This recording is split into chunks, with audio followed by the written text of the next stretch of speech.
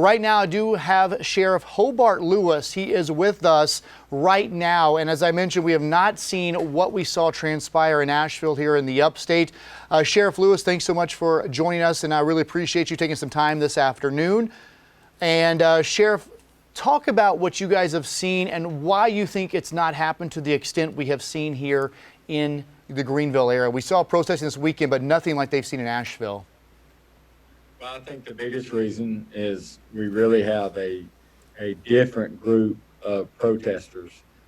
They wanted their message heard. They filed the appropriate paperwork with the city. They came and protested. They followed the rules.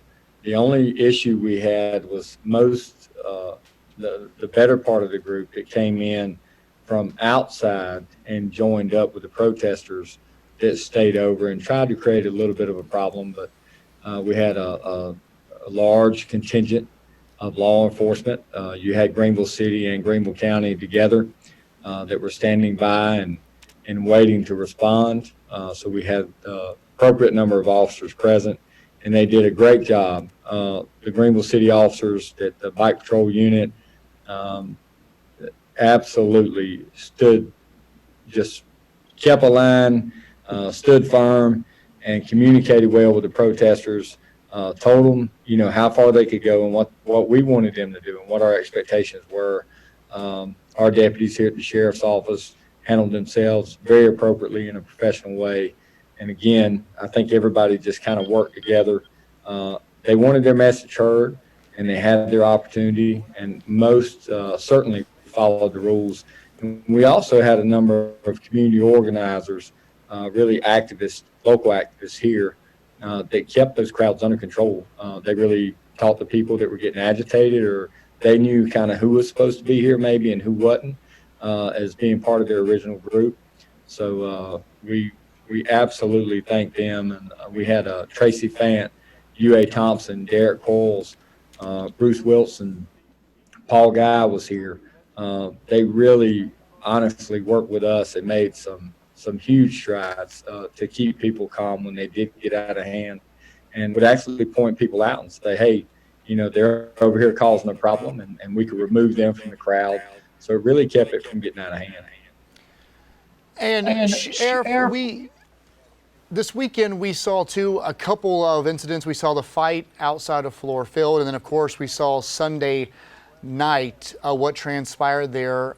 And I feel like, that's what kind of got a lot of the attention it took away from the more peaceful. But what do you want to tell people that saw that video? They were downtown during those instances, and that seems to be what people continue to talk about today. But again, it was only a couple of times that we saw things get out of control.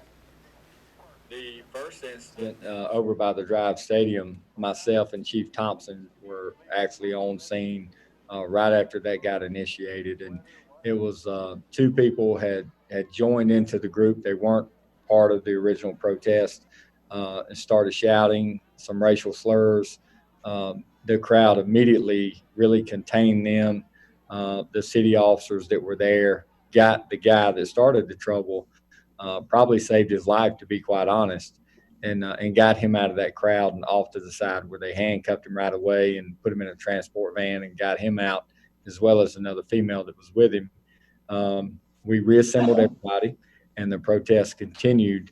Later on in the evening on Sunday, we had about 35 or 40 that remained on Main Street, and another group of about 25 or 30 that was on a side road and had kind of came around after we had asked them to disperse, that their time limit, they were over their time limit for their protest, and they were blocking the roadway.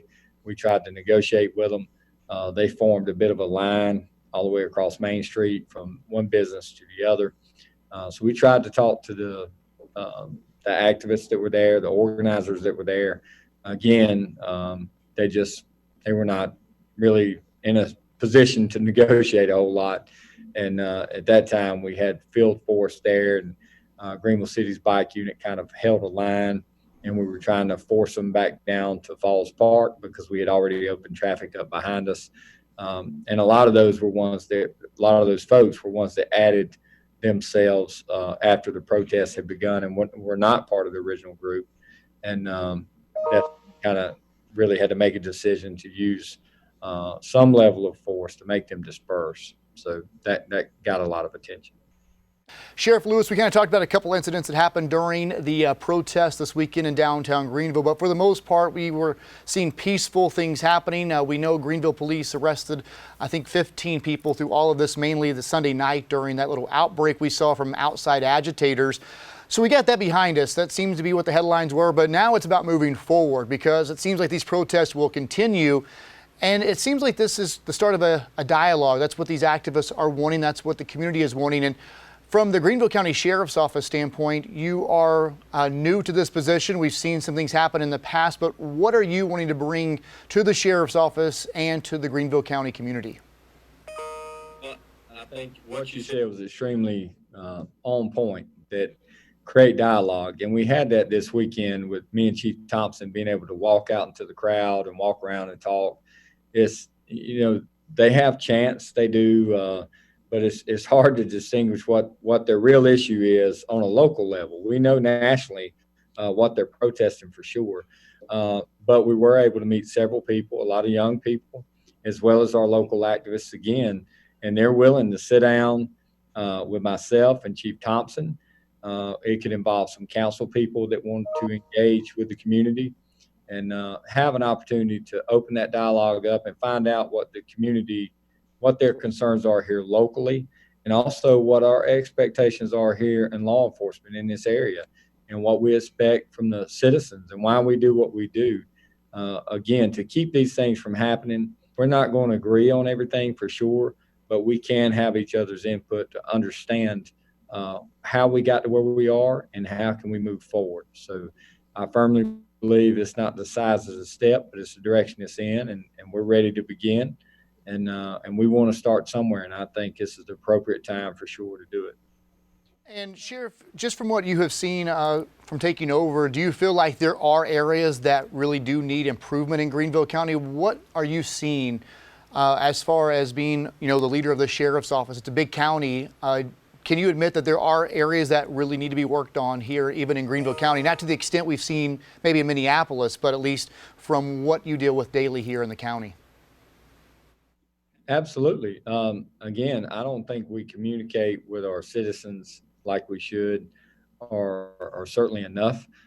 We're looking at how we train deputies to interact with citizens. I think we need to give them more information as things happen.